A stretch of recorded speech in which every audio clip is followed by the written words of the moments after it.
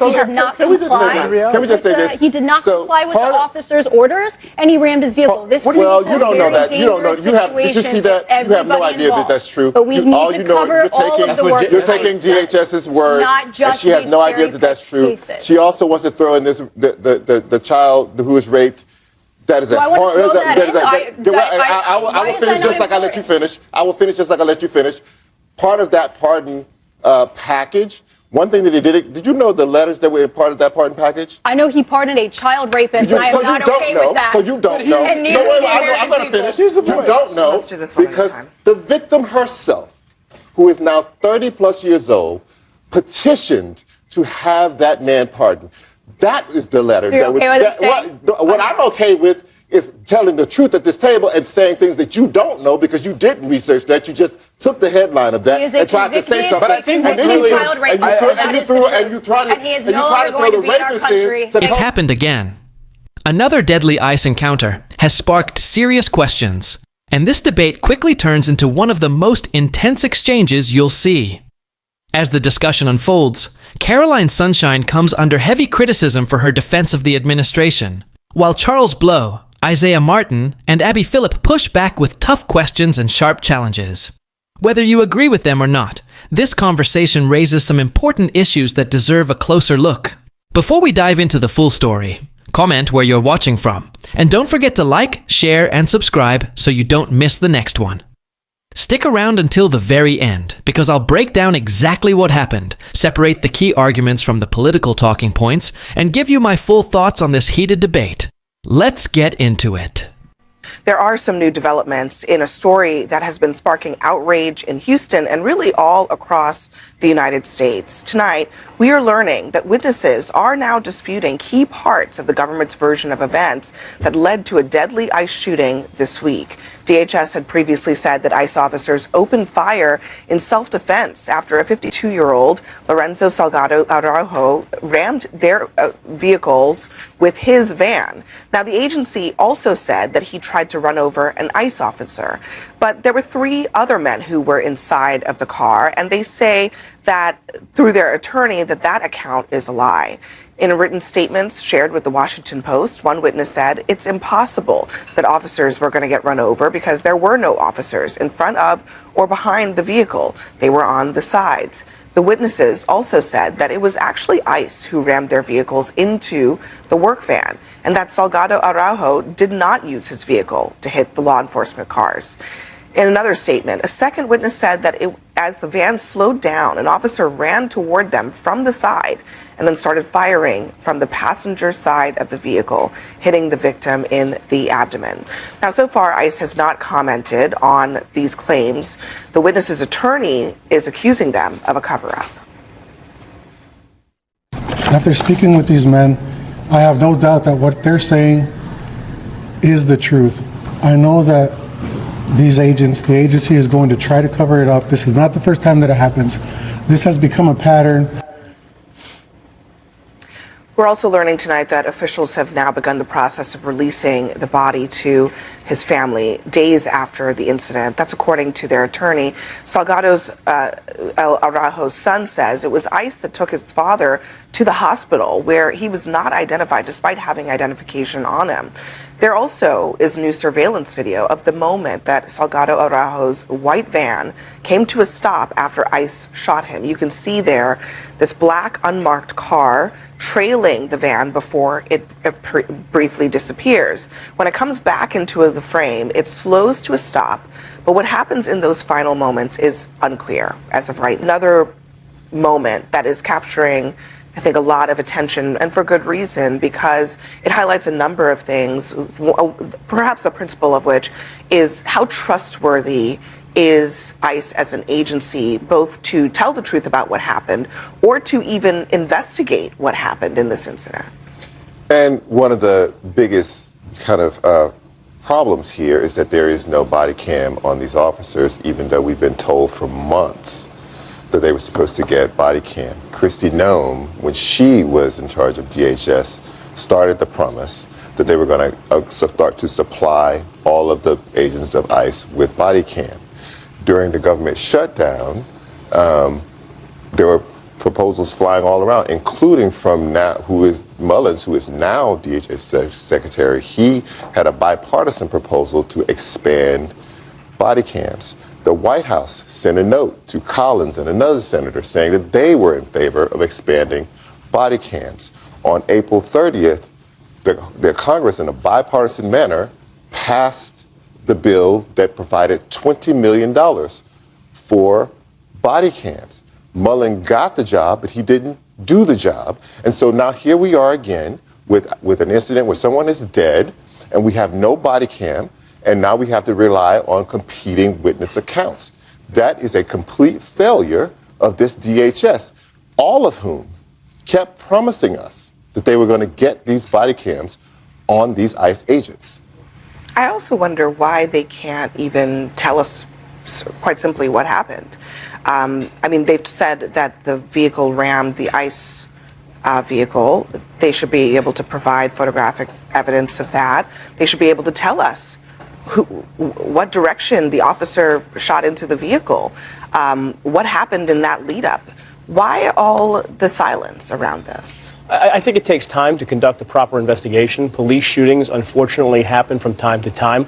More often than not, the shootings are justified. Occasionally, they're not. And that's why there does need to be, and I fully support what you're saying, there should be transparency, there should be accountability. But to dissect a little bit what Charles said, he's right. It was the Trump administration, not the Biden administration, in February of 2025 that put a directive out that said all ICE officers should have body cams. And as Charles pointed out, it was thanks to constant Democratic shutdowns that delayed that process. Now you finally have in April, of 2026, the government actually funds $20 million. Are you suggesting? The funding for body cameras, that $20 million came in the big, beautiful bill. That was last year.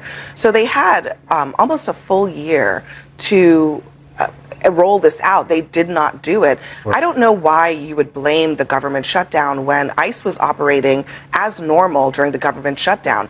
The Trump administration told us that they have been operating. They were a fully funded agency. ICE was not impacted by the government shutdown. So why would that stop? As I understand it, and as they say, this funding was tied to portions of the bill that were shut down by the government. That's no. That's not how government funding works. Charles just said that in April 2026 they had the money to do this. No one believes that the $20 million government services that was be done in 3 months. The $20 million that was given by Congress to do this was given last year. That money was unaffected by the government shutdown. The government shutdown pertained to new money that they wanted allocated for ICE and for DHS. Right. So I get that that's a political talking point, but it does not explain that part of it. I also just want to, let me play Tom Homan, because I think there's two parts of this that are interesting to me. One, I think it's the acknowledgement of what happened in Minnesota earlier this year. And then the second thing is that he's asking for grace from the American people to conduct this investigation. And I think that that's what's in short supply. Listen. We're winning the public back because we're putting the truth out there. We're releasing videos. We're talking about these investigations. So when this investigation comes out, we'll see where it lies. When I went to Minnesota to fix that mess, when President Trump sent me there, the first thing I did is bring more internal affairs officers in there and run down all the allegations. And unfortunately, a couple of agents are in trouble now. But we will do the right thing. Based on the findings of the investigation, we'll hold our people accountable. You got my word on that. So, first of all, I'll give him credit for calling Minnesota a mess, because I think that's really what it was for the administration. But Alex Preddy and Renee Good, there have been no disciplinary actions as a result of those two incidents. But what he's talking about is that there actually was an incident in which immigration enforcement agents lied about an interaction that they had with an immigrant. And they were only really caught because the immigrant's family had some of it on video, and they said that their account was not true. Absolutely. And I think that's the root of the problem. The problem is that they just outright lied. Do we know anything today about the murders of Alex Preddy and Renee Good? No, it's been multiple months since that. And so ultimately, I think that this is an alarming trend that, yes, it is true that ICE continues to do these things because ultimately they don't really see any accountability because it's been months. And so ultimately, when we understand that immigration policy as a whole, only 5% of the people that ICE is deporting are violent convicted criminals. And what does that mean? It means that they're going after people like Lorenzo They're spending more time focusing on going after people like Lorenzo instead of actual gang members inside of our country. What's ridiculous is the fact that Lorenzo woke up at 5:54 in the morning to go to work in America and ultimately did not come home because ICE allegedly had the wrong guy. It's absurd. And I think that what we need in this country is an understanding that this immigration policy is not working. We need to go make sure we can do something different. And I think put an end to this endless funding. So I understand how you have that perspective because ICE makes thousands of arrests every week. Just this past week in Virginia, ICE arrested an illegal immigrant who allegedly kidnapped and raped a woman. We spent all week long on cable news talking about rape allegations all week long, so much so that a guy had to drop out of the Senate primary that he won because of rape allegations. But now we're not talking about the rape allegations against an illegal immigrant that ICE successfully detained, because we shouldn't want anybody who's allegedly committed rape to be in our communities. That's only 5% of what you guys are doing right now. Now, in Minnesota, we have Tim Walz just pardoned an illegal immigrant who was convicted of raping a child. Tim Walz looked at that guy and said, really important. yeah, I'm going to pardon him. He should stay in the U.S. And I said, nope, we're taking him out. My point is, what that has to do with what does that have to do with it is, Caroline, what does that have to do with this man in Texas who everyone acknowledges doesn't have a criminal record? We only focus on this ICE story. Why do we focus on the others? And then what happens is a lot of Americans walk away with a warped perception of the mission that ICE does, and it makes the deportations even more dangerous to carry out. Because people then do what this gentleman did, which was he did not comply. Can we just say this? He did not comply with the officer's orders, and he rammed his vehicle. Well, you don't know that. You don't know. Did you see that? You have no idea that that's true. But we need to cover all of the work. You're taking DHS's word, and she has no idea that that's true. She also wants to throw in this the child who was raped. That is a horror. I will finish just like I let you finish. I will finish just like I let you finish. Part of that pardon package. One thing that he did you know the letters that were part of that pardon package? I know he pardoned a child rapist, and I am not okay with that. So you don't know. I'm going to finish. You don't know because the victim herself, who is now 30 plus years old, petitioned to have that man pardoned. That is the letter. So you're okay with it? What I'm okay with is telling the truth at this table and saying things that you don't know because you didn't research that. You just took the headline of that and tried to say something. But I think and you try to throw the rapist in to cover the fact that this man is the Trump administration. So Caroline, hold on a second, Isaiah. As much as throwing in these other examples. Caroline, there is actually a reason why people focus on the killings of people who committed no crime by the government. It's because if you were gunned down outside and it was an accident, they were looking for someone else and they killed you, you would want people to be outraged by that too, because when the government uses force against you, that is a different thing than a criminal killing someone who can be held accountable. So I mean, it's not to discount look, there are a lot of violent people in this country, and there is almost no opposition to deporting those violent people. Right. But we're asking a question about a man who had no criminal record, who wasn't even the target of this stop. And it seems, based on everything that's been reported, they got the whole thing wrong. It was the wrong van. Nobody in the van was being targeted. Nobody in the van was who they were looking for, and one person is dead.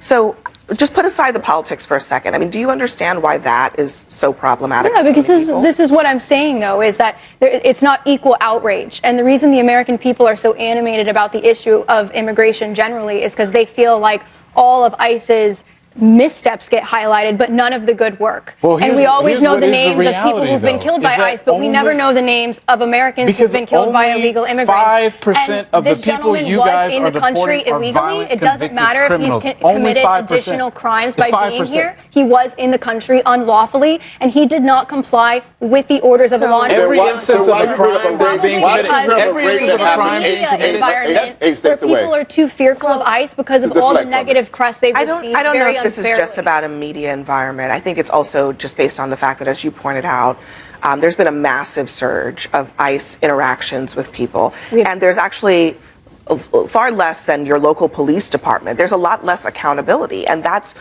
really problematic. One of the interesting. How do you know that fact? Well, because let me just give you. I'm just saying, in this incident, you have a district attorney. You asked me a question. Let me answer it. Let me give you a reason why I would say there's less accountability. ICE agents go around masked regularly.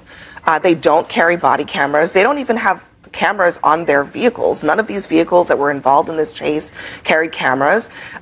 They have resisted even identifying themselves and their agency when they interact with people in these kinds of interactions. Police departments, as you know, Joe, have very strict policies about traffic stops and about the use of force when it comes to using a weapon against a moving vehicle. And one of the things that we've seen repeatedly from ICE is that they have used weapons against the drivers of moving vehicles in a way that contradicts the best practices for law enforcement. So those are all the reasons I'm saying there's less accountability. There appears to be less training because a lot of these people are coming on the job in a hurried manner. A couple things. ICE arrests with about 60,000 people per month.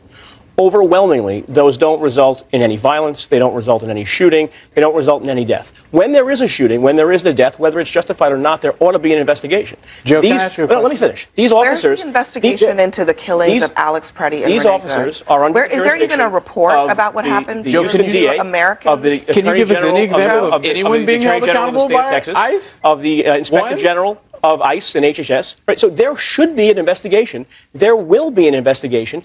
No Republican is out there saying we shouldn't investigate what happened. Joe, no Republican is out there saying, I hope that this is the mayor. And by the way, I just checked, you fact-checked me before. The $20 billion was from April of this year. So no one's procuring a contract for body cameras for all officers in 3 months. They got 60% or so of the field offices equipped with body cameras by this date today. That's pretty good in a few months. It's not great. Obviously, no one predicted that this incident would have happened, but it is the Trump administration putting body cameras on the bodies of ICE officers. It wasn't the Biden administration. The Biden administration didn't deploy massive amounts of ICE agents. And look, there was no shooting from the Biden administration. They did it because they were letting 10 million illegal immigrants into the country.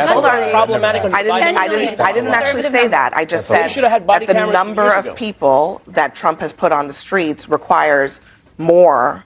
But we had an election. Oversight, we talked about immigration in the election. We won the election. And now you guys are unpopular on that very same position. What the mayor of Houston has said. Because you guys are killing people on the streets of America. Hold on a second, That's why Isaiah and Joe. Let me play what the mayor of Houston said about the status of the investigation. Local officials have said that they from the moment this happened, have been trying to run their own investigation, and here's what they've been experiencing. The FBI has all the evidence that would normally go in to an HPD or other law enforcement agency's investigation.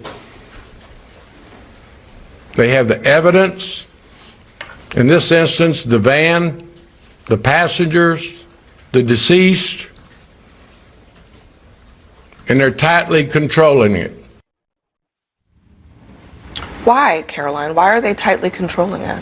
Well, that's his narrative. I mean, you also have to take into the account of the ICE officers. I mean, they have facts too. So like the facts are going to play out. Hey, they're following the law. We live in a country where you are innocent until proven guilty. They're following the law with police protocols when it's a federal law enforcement investigation. They're following the law. It's a shooting involving a federal law enforcement officer. The mayor did not say ICE and HHS are not following the law. They're saying they're following. According to who? You've never been an ICE officer. You've never. Have you been one? Have you been one? But I have you even been to the border? Clearly, you understand it? Really? Where? What part? McAllen, Texas. I'm from Texas. Have you been to the border? Absolutely. Were you there when the 10 million were coming across and it was wide open under Joe Biden? Because I was. What I do know is that you guys 2021 to 2024, fact check me. And here's the thing: it is a lot easier to import 10 million people into your country than it is to deport them. It is a lot easier for 10 million people to come into your country than it is to deport them. No, what I am talking about. Officers have been tasked with, and they're doing a damn good job. And then you can respond. What I'm saying is that in every instance in which they want to talk about an issue of crime, 5%, that's the number of people that are convicted of violent crimes that ICE is actually deporting. That's reality. So 95% of the people they're deporting are not people like But I'm that. okay So you can go and with cheerlead all these They're things all as much as you people want. with people The who are reality is convicted that of you guys non-violent are not Here, focused on there You are are that. here. stealing someone's stuck on the deed. fact If that you you were were robbing for 2 someone, I'm years. okay with you getting deported. That's fine. all right. That's a great thing. I support it 100%. All It right. doesn't have to be just violent criminals who get deported. All right, I think all criminals should get deported. we're gonna leave it there. There was a lot to unpack in that discussion, but one thing stood out to me more than anything else. Context matters. If you're going to make a serious claim on live television, then viewers deserve the full picture, not just the headline. That's why I thought Charles Blow's pushback was one of the most important moments in the entire debate. Whether you agreed with every argument or not, it showed why facts and context should always come before political talking points. Now I want to hear from you. Who do you think made the stronger case? Let me know in the comments below. If you enjoyed this breakdown, don't forget to like, share, and subscribe. Turn on the notification bell so you never miss a new video. Thanks so much for watching. I truly appreciate your support, and I'll see you in the next one.